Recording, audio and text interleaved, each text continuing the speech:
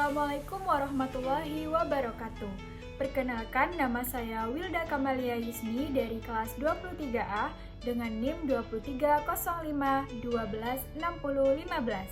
Jadi, pada kesempatan kali ini saya akan menjelaskan materi tentang politik etis. Politik etis adalah politik balas budi pemerintah Hindia Belanda kepada rakyat pribumi yang telah diperas dan dijatuhkan taraf hidupnya. Dari sinilah munculnya gerakan nasionalisme rakyat Indonesia. Latar belakang berdirinya politik etis.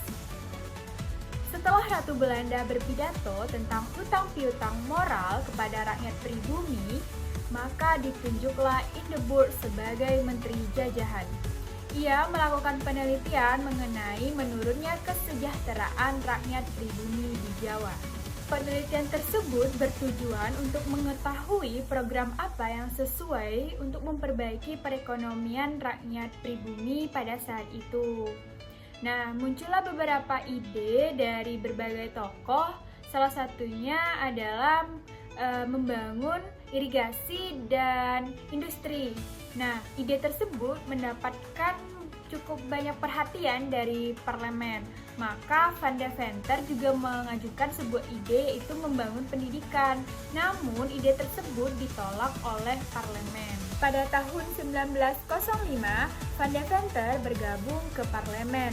Nah, ia mengajukan kembali usulan tersebut, yaitu usulan tentang pendidikan tadi, dan pada akhirnya usulan tersebut dapat direalisasikan.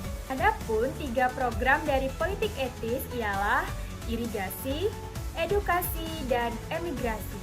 Yang pertama adalah irigasi. Irigasi adalah program yang berfokus pada pertanian. Tujuannya untuk memperbaiki lahan pertanian rakyat pribumi pada saat itu. Nah, dibangunlah waduk-waduk besar untuk menampung air hujan dan dialiri ke lahan pertanian. Yang kedua adalah edukasi. Edukasi adalah sebuah program untuk meningkatkan sumber daya manusia rakyat pribumi. Tujuannya ialah untuk memberantas buta huruf dan menghasilkan tenaga kerja yang ahli namun memiliki upah yang rendah.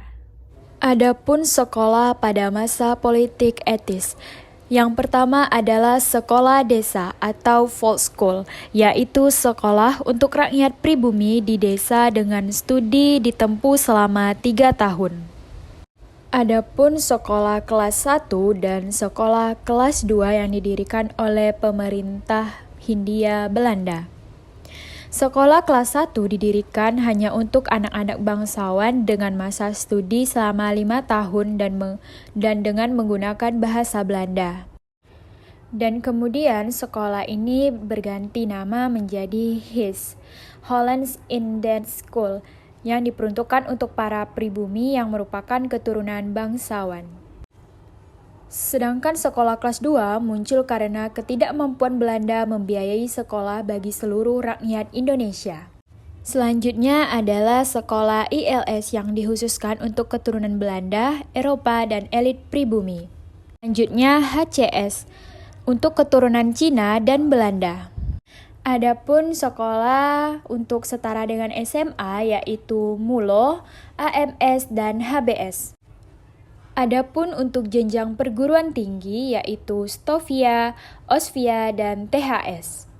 Adapun dampak positif dari politik etis yaitu pertama, peningkatan pendidikan untuk kaum pribumi. Kedua, pembangunan infrastruktur seperti irigasi dan jalan. Ketiga, program transmigrasi untuk mengurangi kepadatan penduduk. Selanjutnya, peningkatan kesejahteraan ekonomi masyarakat. Dan terakhir, meningkatkan kesadaran sosial dan politik di kalangan masyarakat. Adapun dampak negatif dari politik etis, pertama, eksploitasi sumber daya alam. Kedua, ketidakadilan sosial. Ketiga, pembangunan yang tidak merata. Keempat, peningkatan ketegangan sosial. Dan yang kelima, politik diskriminatif. Keenam, pengaruh budaya asing. Ketujuh, ketergantungan ekonomi. Dan yang terakhir, pembangunan yang terbatas.